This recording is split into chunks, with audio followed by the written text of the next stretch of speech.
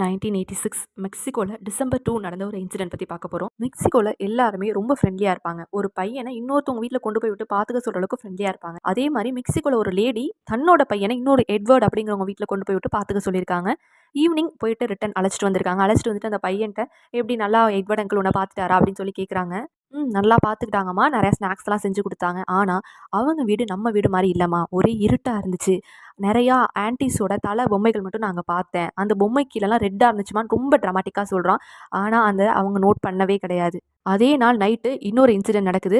Bernice அப்படிங்கிறவங்க அதே மெக்சிகோவில் ஒரு ஹார்ட்வேர் ஸ்டோர் வச்சுருக்காங்க. எப்போவுமே அவங்க லேட் நைட் அந்த ஷாப்பை க்ளோஸ் பண்ணிட்டு போகிறது வழக்கம்.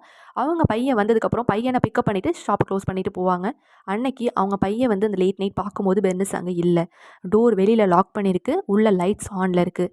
இவன் டோர் அன்லாக் பண்ணிவிட்டு உள்ளே போயிட்டு பார்க்குறான். ஒரே பிளட் ஸ்ட்ரெயின்ஸாக இருக்குது. பெர்னிஸ் அங்கே இல்லை. உடனே இவன் பயந்துட்டு போலீஸ்க்கு கால் பண்ணி இது மாதிரி நடந்த விஷயத்தெல்லாம் சொல்கிறான். போலீஸ் என்னப்பா நடந்துச்சு அப்படின்னு சொல்லி கேட்குறாங்க. அப்போ திடீர்னு ஒரு விஷயம் சொல்கிறான். லேட் நைட் எப்போவுமே ஒரு அங்கிள் வந்து எங்கள் ஷாப்பை விசிட் பண்ணுவாங்க. அவங்கள்ட்ட விசாரிச்சு பார்த்தா பெர்னிஸை பற்றி ஏதாவது டீட்டெயில்ஸ் கிடைக்கும்னு சொல்கிறான். உடனே அவங்க வீட்டுக்கு போகிறாங்க. போயிட்டு டோரை நாக் பண்ணுறாங்க. கதவை திறந்து பார்த்தா